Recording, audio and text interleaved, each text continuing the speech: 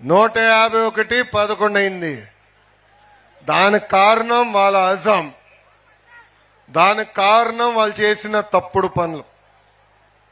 మనం క్రమశిక్షణతో ఉండాలి.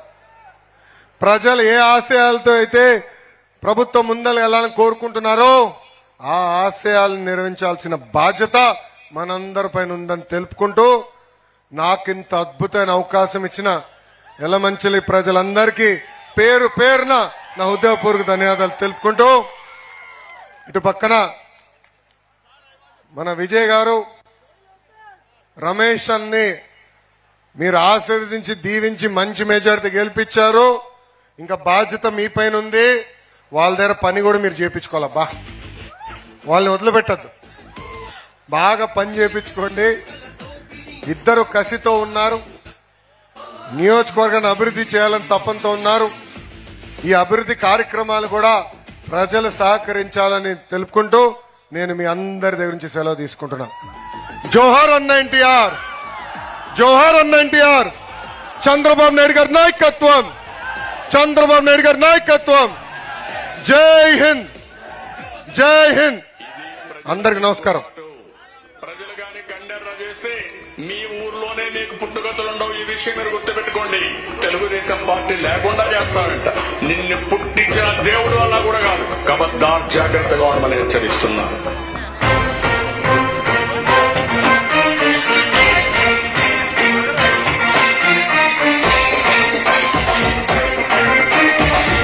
మన నక్కపల్లిలో పార్క్ కూడా 2024లో ఏం జరిగింది? అందరు దిమ్మ తిరిగే విధంగా ప్రజా తీర్పు వచ్చింది. ఈ ప్రజా తీర్పు స్వాతంత్రం కోసం, ఈ ప్రజా తీర్పు సంక్షేమ అభివృద్ధి 2 జోడి ఎద్దుల బండిగా నడిపించేదానికి వచ్చిన తీర్పు.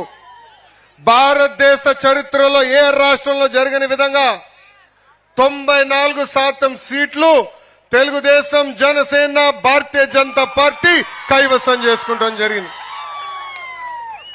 ప్రజలందరూ ఒక్కసారి ఆలోచించాలి. ఆనాడు మాట్లాడడానికి స్వేచ్ఛ ఉండేది కాదు.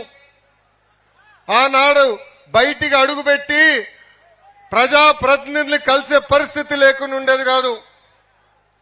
ఆనాడు గొంతు విప్పి మాట్లాడితే కేసులు పెట్టారు. అంతెందుకు ఫేస్బుక్ లో అయ్యా ఇది అన్యాయమని పోస్ట్ పెడితే జైలుకు పంపించారు. నేను ఈరోజు మీ ముందర నుంచి ఉంటున్నా. ఆనాడు నా పైన 23 కేసులు పెట్టారు. భారతదేశంలో ఏ రాష్ట్రంలో హోంమంత్రి గారి పైన 23 కేసులు ఉండదు.